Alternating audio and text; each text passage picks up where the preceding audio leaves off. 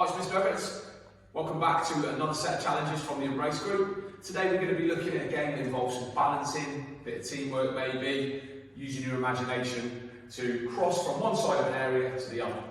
Before you take part in our activities, please make sure that you've watched our introduction video and you've also taken part in the warm-ups and you're ready to go. It's been brilliant to see people taking part in our activities, and we can see people are watching our videos.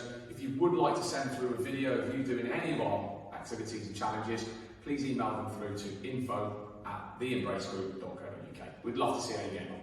So today, I'm going to call it Cross the River. Some people might call it The Floor is Lava. Use your imagination and away you go. So what we're going to look at is setting an area. So I'm going to say I've got to get from this green matting across the floor and over the belt that I've got on the floor without touching the floor. Okay? Now before we do this, please make sure that you've asked the people at home or at school that the equipment that you're going to use is going to be okay for this activity. I don't want you with your mum or dad or whoever you're looking after with your best pillows out in the garden, throwing them on the floor and getting everything ruined. Make sure that you're using something that is okay to use. So I've got some mats that we've got here. You might want to use in the living room maybe, pillows if it's okay. You might use items of clothing, anything that you can stand on safely without falling off and without damaging anything.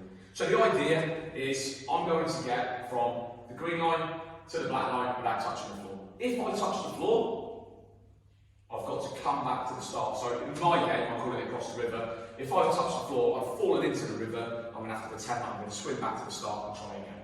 So to start with, I'm going to use 3 pieces of equipment. So I'm going to put one down, I'm going to step onto it, put another one down, and across we go. I might need to just pick up another there. And I've safely made it across onto the other river bank. Okay, that's great. I might try and go back without touching the floor. And like I said, if I do accidentally step into the floor, I've got to pick up my pieces of equipment and I go back to the start. Now I've got 3 pieces of equipment, so I'm finding it quite easy. So I'm going to go down to 1 piece of equipment. So I'm going to put the mat down, jump onto there, and keep moving it until I can get across the river without touching the floor. Now, you can make your area as big as possible or as small as possible. However you want to set it up, using the equipment, you might have 2 pieces. You're going to need a 2 minimum, otherwise it'll be a short distance. You might be able to just use it as a stepping stone and pop across. Remember, we need to be safe. Now, we can ask other people in the family to come and get involved. So we might have 2 of us trying to cross the river and we work as a team, talking to each other. You might get 3 involved.